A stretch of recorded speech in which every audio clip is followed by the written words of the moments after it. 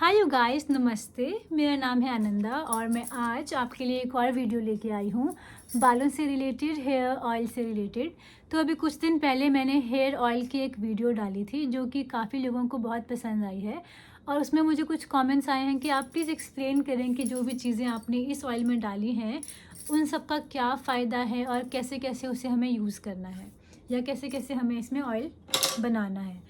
तो मैंने इसमें यूज़ किया है कोकोनट ऑयल, मस्टर्ड सीड्स का ऑयल जिसे हम सरसों का तेल भी बोलते हैं या कड़वा तेल बोलते हैं, और फिर इसमें है कलौंजी का दाना जिसे हम ब्लैक सीड बोलते हैं, और है मेथी दाना, साथ में है करी लीव्स। ये मैंने इसमें इंग्रेडिएंट्स डाले हैं। तो आपने क्या करना है, पहले किसी भी प्रेफरेबली अगर कोई लोहे का बर्तन आपके पास है, लोहे की कढ़ाई हो, लोहे का पैन हो, उसमें और भी अच्छा ये बनता है। अगर कोई सिंपल भी है तब भी चलेगा। आपने उसमें सरसों का तेल डालना है और आपको उसको अच्छे से करने देना है। फिर आपको उसमें मेथी दाना डालना है। जब आपका मेथी दाना अच्छे से भून जाएगा, उसकी खुशबू आना शुरू हो जाएगी, तब आपको उसमें ब्लैक सीड्स डालने हैं, उसको भी अच्छे से काटना है। फिर उसमें करी लीव्स डालनी है। अच्छा, मैंने इसमें एलोवेरा भी डाला है। आपको करी लीव्स डालनी है, मेथी दाना डालना है और ब्लैक सीड डालने हैं। तो मैं शुरू करती हूँ मेथी दाने के साथ। मैंने प्रॉपर ऐसे नोट्स बनाए हैं कि मैं आपको बता पाऊँ मेथी दाने की और इन सब चीज़ों की क्या क्या एक्चुअल में प्रॉपर्टीज़ क्या क्या हैं। तो जो मेथी दाना होता है उसमें क्या होता है, जैसे तो जो भी मैंने चीज़ें इसमें डाली हैं वो क्या करती हैं, पहली चीज़ हेयर ग्रोथ को प्रमोट करती हैं, दूसरी चीज़ हेयर फॉल को रोकती हैं। तो मेथी दाने की जो एक प्रॉपर जो उसकी प्रॉपर्टी है वो ये है कि वो हाई इन प्रोटीन है। जो मेथी होती है वो प्रोटीन में हाई होती है। तो वो क्या करती है, rich in protein and vitamin C. उस वजह से क्या होता है कि हमारे जो स्कैल्प है उसको वो स्ट्रेंथन करती है कि हमारा बाल टूटे नहीं। ठीक है जी। जो मेथी का दाना होता है वो high in protein and vitamin C होता है। उसकी हेल्प से क्या होता है कि जो हमारा हेयर फॉलिकल है वो स्ट्रेंथन होता है, तो इजीली टूटता नहीं है। ठीक है जी। ये होती है मेथी दाने की जो मेन इसकी प्रॉपर्टी होती है। उसके बाद ये एंटी फंगल होता है, उसी के साथ ही एंटी फंगल होता है और एंटीबायोटिक होता है। तो अगर हमने जैसे अभी मानसून में हमारे बालों पे थोड़ा सी भी बारिश का पानी गिर जाता है तो हमें इचिंग होना शुरू हो जाती है। तो हम अपने नेल से इचिंग करते हैं तो हमको अक्सर घाव हो जाते हैं। तो उन घावों को बचाने के लिए, उनको हील करने के लिए जो मेथी का दाना है वो बहुत ही फ़ायदेमंद होता है। दूसरी हमारी चीज़ है इसमें ब्लैक सीड्स जिसे हम बोलते हैं कलौंजी। जो कलौंजी का दाना होता है वो भी हमारे स्कैल्प रिलेटेड कोई भी इशू होता है उसे क्योर करता है। अब सेम ही इशू है कि अगर हम अपने नेल से खारिश करेंगे, इचिंग करेंगे, तो हमारा कोई ना कोई घाव हो ही जाता है। ये बहुत ही कॉमन प्रॉब्लम है। तो उन घावों को भरने के लिए जो है कलौंजी के दाने का जो भी उसकी प्रॉपर्टीज़ हैं वो बहुत हेल्प करती हैं। जो भी स्कैल्प रिलेटेड इशू है उसको वो क्योर करता है और हमारे हेयर को वो स्ट्रेंथन करता है। देन तीसरी चीज़ आ गई इसमें मस्टर्ड ऑयल। मस्टर्ड ऑयल की जो मेन प्रॉपर्टी है वो ये है कि जो हमारे स्प्लिट एंड्स हैं, स्प्लिट एंड्स को ये स्ट्रेंथन करता है, स्प्लिट एंड्स को होने से बचाता है, और अगर हो रहे हैं तो उसको थोड़ा सा बूस्ट देता है कि आपको नहीं होना है भाई। तो ये जो हमारा मस्टर्ड ऑयल है, मस्टर्ड सीड्स का ऑयल है, वो हमारे स्प्लिट एंड्स को क्योर करता है और हमारे बालों के ओवरऑल टेक्सचर को ठीक करता है। तो जैसे जैसे मैं आपको बताती जाऊँगी, मैं थोड़ा थोड़ा सा ऑयल अप्लाई भी करना चाहूँगी क्योंकि कल है फ्राइडे और मुझे वॉश करने हैं अपने हेयर। तो मैं कोशिश करती हूँ कि जो मेरे ये स्कैल्प है मैं स्कैल्प पे ही ऑयल लगाऊँ।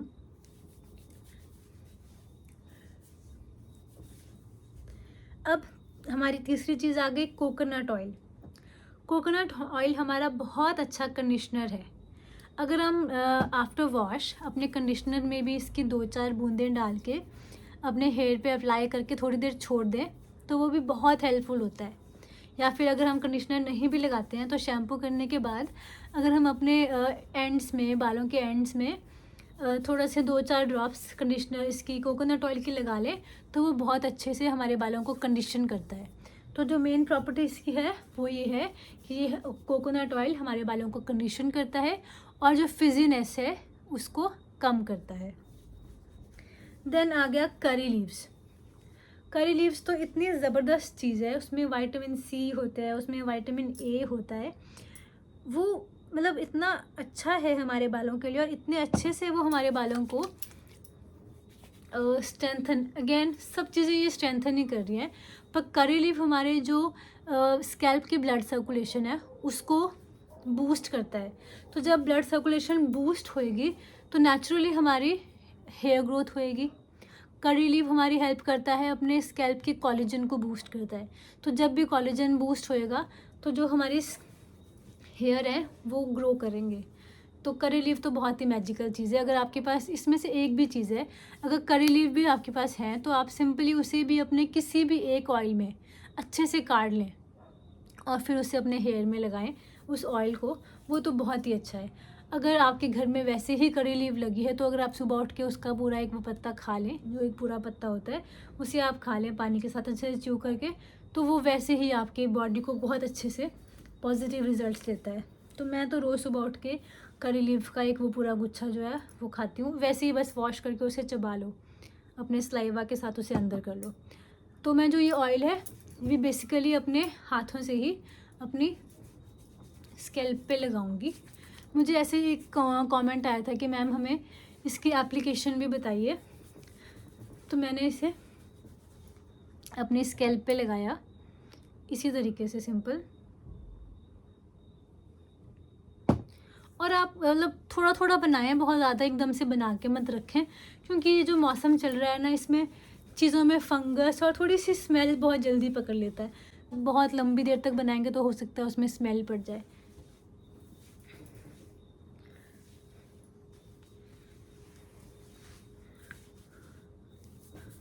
और फिर जो मेरे ये फिंगर टिप्स हैं, नेल से नहीं करना है आपको, फिंगर टिप से ऐसे मसाज करना है।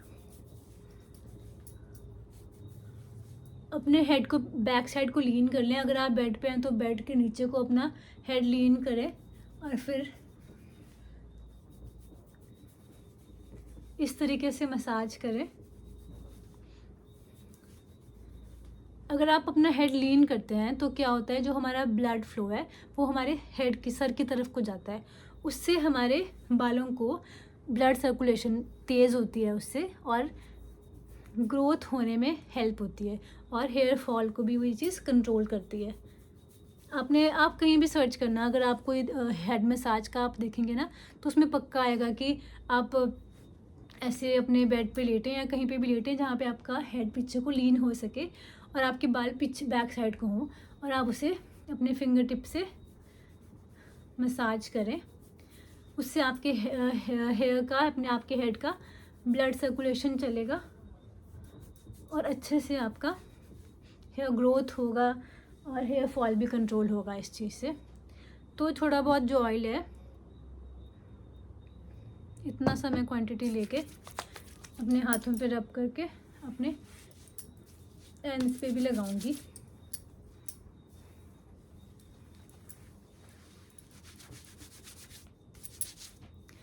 प्रेफरेबली आप कोशिश करें कि आप रात को ऑयल लगाएं, ताकि आप ओवरनाइट से रखें और सुबह को आप अच्छे से वॉश करें। वैसे तो आप नहाने से 2 से 3 घंटा पहले भी इसे लगा सकते हैं। तो ऑयल मैंने लगा लिया। अब आपके पास कोई भी ब्रश है आप उसकी हेल्प से कोम कर लें। मेरे पास ये नीम की कंघी है, नीम की लकड़ी की ये बनी है, मैं इससे कोम करती हूँ और बहुत ही ईजीली कोम हो जाता है।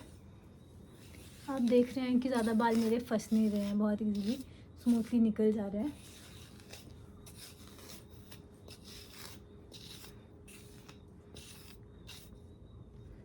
और ज़्यादा कुछ हेयर फॉल भी नहीं हुआ है।